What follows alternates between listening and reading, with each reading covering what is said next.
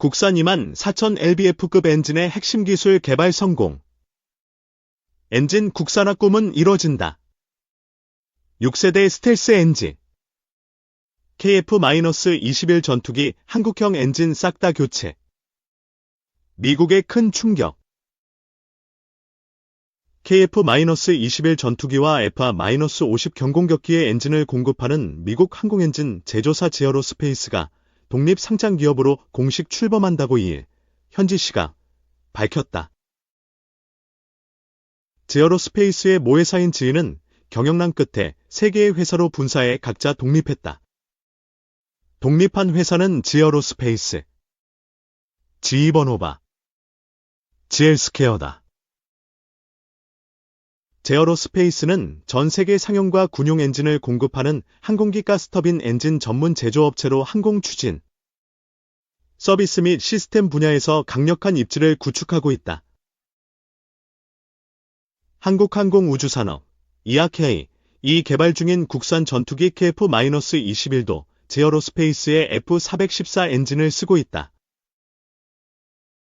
지어로스페이스는 2016년 한국형 전투기 개발 사업의 엔진 파트너로 선정되어 2020년 5월에 KF-21 전투기용 첫 엔진 2기를 인도했다.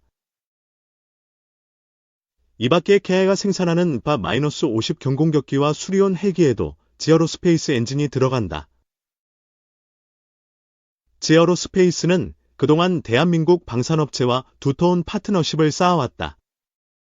KA를 비롯해 지 엔진을 라이센스 생산하는 하나에어로스페이스 등 국내 방산업체와 군용 항공기 엔진 공급 및 기술 협력을 꾸준히 이어가고 있다. 돈 되는 정보.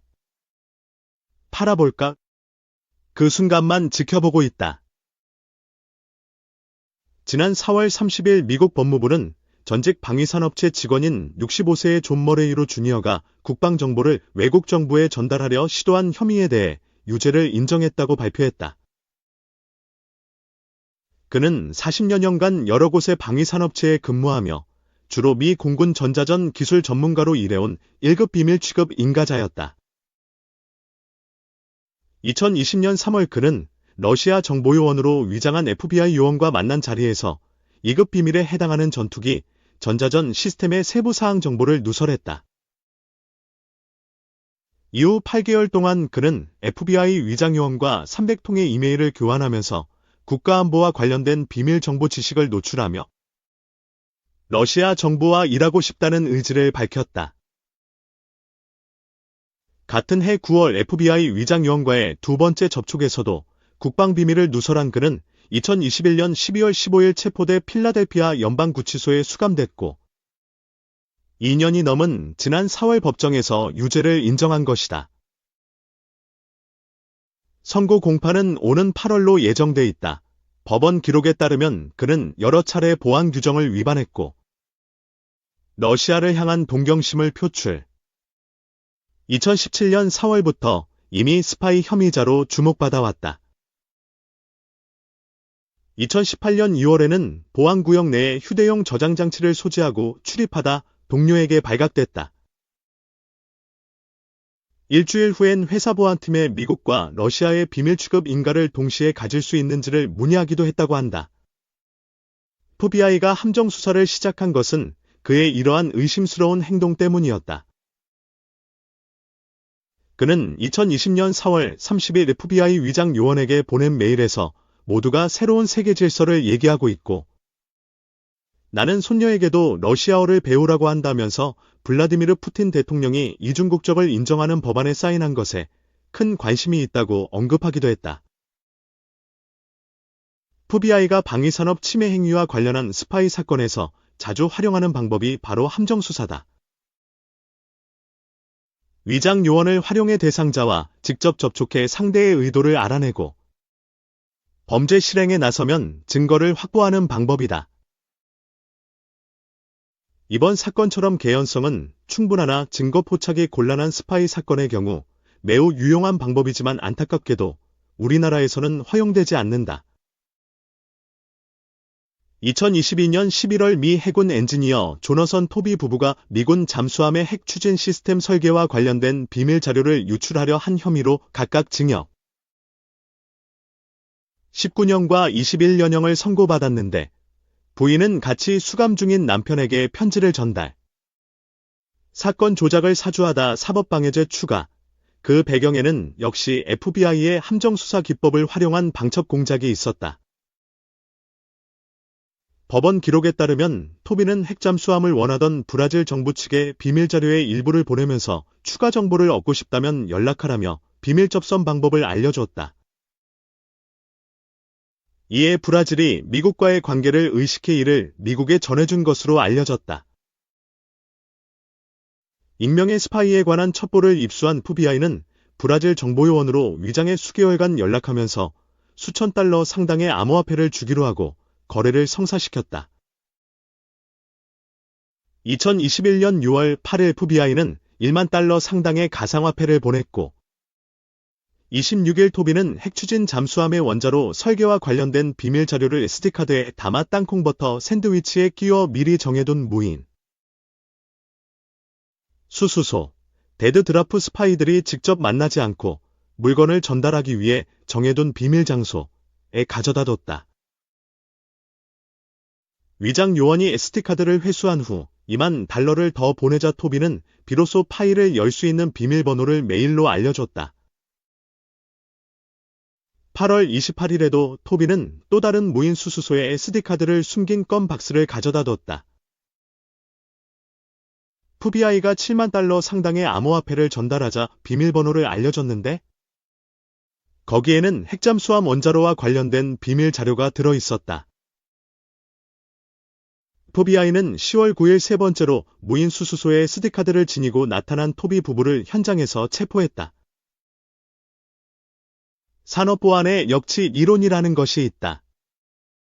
경제 규모와 기술 발달이 어느 수준 이상이 돼야 산업보안의 필요성을 인식한다는 것이다. 우리나라는 1990년대 후반부터 반도체, 조선, 자동차 등에서 경쟁 우위의 기술을 확보했다. 2000년대에 들어 산업보안에 관심이 크게 높아졌고 2003년에는 국가정보원의 산업기밀보호센터가 설립되는 등 국가 차원의 기술보호 노력이 강화됐다.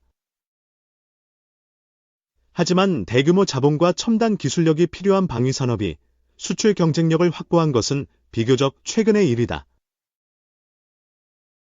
2022년에는 173억 달러로 역대 최대 수출 실적을 기록했고 2023년에도 140억 달러 수준을 유지하며 글로벌 10위권에 올랐다. 물론 우크라이나 전쟁으로 인한 특수에 기인한 바가 크다지만 그동안 북한과 대치하는 특수한 상황에서 자체 방산기술을 꾸준히 성장시켜 온 정부와 기업의 노력이 없었다면 불가능했을 것이다. 방위산업은 고대로부터 중요한 정보전의 대상이었다. 적이 지닌 무기의 성능, 재원, 기술력, 생산 능력 등은 전쟁의 승패를 좌우할 중요한 정보이기 때문이다. 특히 최근 첨단 기술이 동원되고 수출 증대로 국가 경제에 기여하는 수준이 높아지면서 방위산업을 둘러싼 국가 간 정보전은 더욱 치열해지고 있다. 방위산업에 대한 외국의 정보적 위협은 단순한 기술 유출뿐만 아니라 공급망 침해, 무기체계 획득 계획 등 국방정책 및 ROC, 작전 요구 성능, 설정 과정의 개입, 자국에 유리하게 조작하는 영향력 공작에 이르기까지 다양하다. 방위산업 최강 국가인 미국이 방위산업 방첩을 위해 DCSE, 국방방첩보안국을 통해 비밀을 취급하는 방산업체 종사자의 철저한 신원조사, 외부인의 수상한 접근 시 신고 의무, 일정한 범위의 해외여행 등록 의무 등 엄격한 제도를 시행하는 이유다. 우리나라도 2020년 12월 국정원법 개정을 통해 직무조항 중 방첩의 방위산업 침해에 대한 방첩을 포함한다고 명시했다. 또 방위산업 침해 대응센터를 개설해 군사기밀 및 방산기술 유출 예방에 나선 건 다행스러운 일이다. 하지만 지난 1월 우리 군의 미래 전투기인 KF-21 관련 자료가 공동개발에 참여 중인 인도네시아 연구원들에 의해 대량 유출된 사고가 발생하는 등 방심할 수 없는 실정이다. 안보와 국익 경쟁에서 피하 구분이 힘든 상황에 대응하기 위한 민, 관군의 긴밀한 협력이 필요하다. 무엇보다도 민간 기업인 방산업체 직원을 대상으로 정보적 위협에 대한 경각심을 제고하기 위한 방첩기관의 교육, 홍보, 정보 공유 노력이 강화돼야 할 것이다. 미국 방첩기관이 자신들의 중요한 임무 중 하나로 국민 경각심 제고를 내세우는 점을 참고해야 한다. 지켜야 할 것이 많다는 것은 그만큼 우리가 앞서 있다는 것이니 나쁜 일만은 아니지 않는가. 3. SK증권 MNC 솔루션 K방산 성장 흐름 탑승 가능한 신규 상장주. SK증권은 18일 MNC 솔루션에 대해 K방산 핵심 품목 대부분을 아우르고 있으며 다른 방산업체보다 밸류에이션 매력이 높다고 분석했다. 투자 의견과 목표 주가는 제시하지 않았다. 나승도 SK증권 연구원은 16일 신규 상장한 MNC 솔루션은 우리나라 대표 방산 수출 품목에 탑재되는 구동장치 등을 개발 생산하는 업체로 유기압식 및 전기식 구동장치 등을 주력으로 다룬다라며 이는 전차자주포 회전익 고정익 다기능 레이더 유도무기 발사대 등 다양한 분야에 적용되고 있으며 오늘날 K방산을 주도하는 핵심 분야 대부분의 납품이 이뤄지고 있다라고 설명했다. 이어 MNC 솔루션은 K방산 수주 및 관련 기업 실적 증가 흐름에 발맞춰 2023년 전년 동기 대비 45.7%의 매출 증가를 기록했는데 올해는 전년도 매출 성장률을 뛰어넘는 큰 폭의 외형 성장이 가능할 전망이라며 수출 성사된 품목들의 본격적인 인도가 이제 막 시작된 단계이기 때문에 흐름이 당분간 유지될 가능성이 크며